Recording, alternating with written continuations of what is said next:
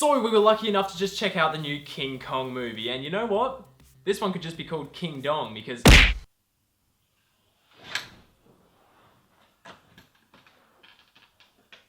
it's really good.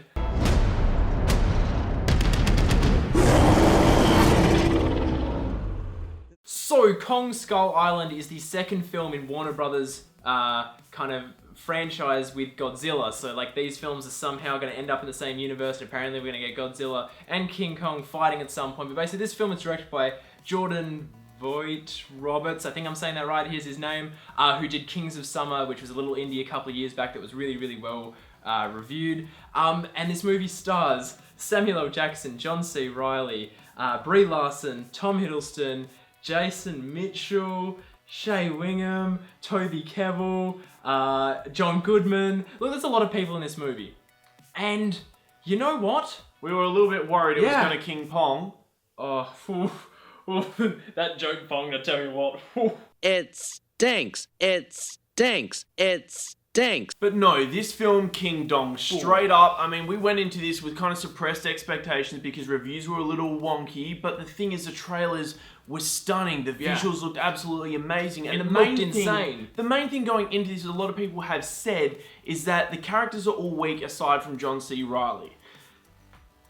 Not even that. I just think in general, what a lot of people have missed about this film, which is why we think it's so good, is because this film is big, dumb, fun, done amazingly. Like, this movie knows how stupid its concept is, and it runs with it, and it runs really, really far with it, because this movie, you see in the trailer, right, there's that shot, like, with the reflection of the explosion in the sunglasses, you get all of those kind of really green screen looking things going on.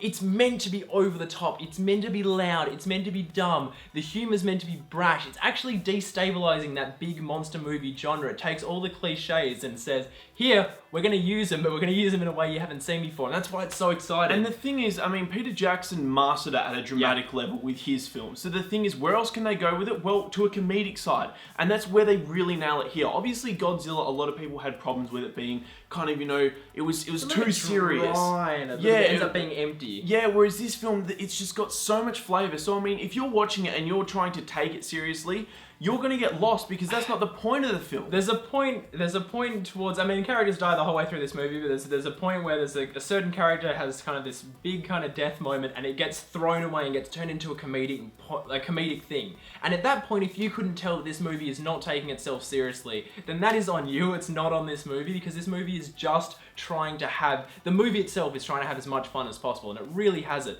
The monster battles are awesome. Every single gunfight, chase scene, anything just really explodes with not only visual confidence, but just a raw level of creativity and excitement, which is kind of unparalleled in blockbusters. I mean, this is one of the best looking blockbusters I've ever seen. VFX here are absolutely stunning. I mean, it will depend by the end of the year whether it gets an Oscar nomination, because this is a big year for blockbusters, but they are incredible. Plus, we've got a lot of big CGI scenes where it's just all CGI and it looks incredible. These monster battles are done in nice long takes, and you get to just see everything. It. You don't have to sit back and go, oh my god, what's going on? It's cutting around. Like, you can just sit back and enjoy the experience. Because it all happens with a lot of flow, and all the action in this movie does. It's really clear, it's really distinct, and we don't often say this, but really cool. This isn't a movie that's trying to be cool. It just is, and it's up to you whether you catch into how cool it is. I mean, when Tom Hiddleston puts on a gas mask and goes around with a katana blade, just slashing up birds out of the air, with green smoke, like, that stuff is just, it's freaking cool and it's exciting. It's so inventive. This is a really, really excitingly directed movie across the board. I mean, everything in it kind of pops and has some form of zing and flavor to it, which you don't often see.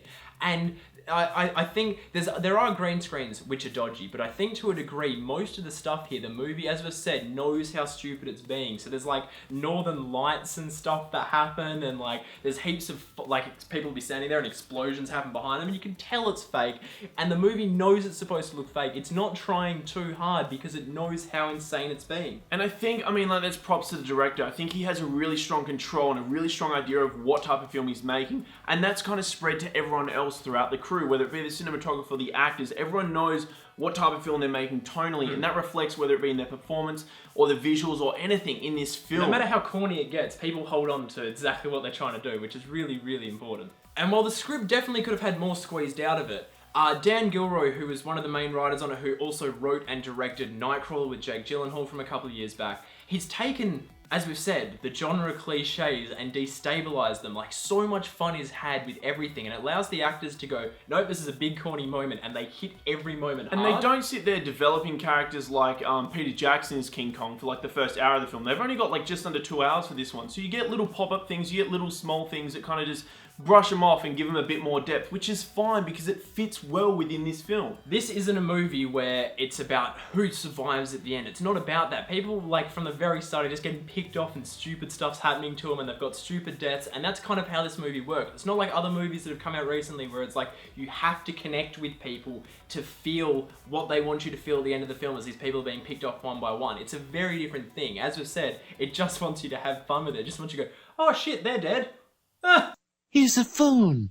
Call somebody who cares. So yeah, I mean, this film is just absolute mayhem. It's fun. Mayhem it's really, is the word. it's really damn exciting. And considering we've got a lot of blockbusters at the moment, we've got Logan, this, Beauty and the Beast. It's a big month in March. So I mean, if you get the chance, check this one out. It's It's an got our easy one to watch. recommendation. But yeah, we're giving this one an 8 out of 10. So that was our review of Kong Skull Island. Have you seen it yet? Did you like it? Did you hate it? Did you like this video? Of course you did. Crave more banter. If so, you can subscribe to our YouTube channel down there somewhere. And you can also check us out on Facebook, Instagram, Snapchat, and Twitter, all at Breaking Banter.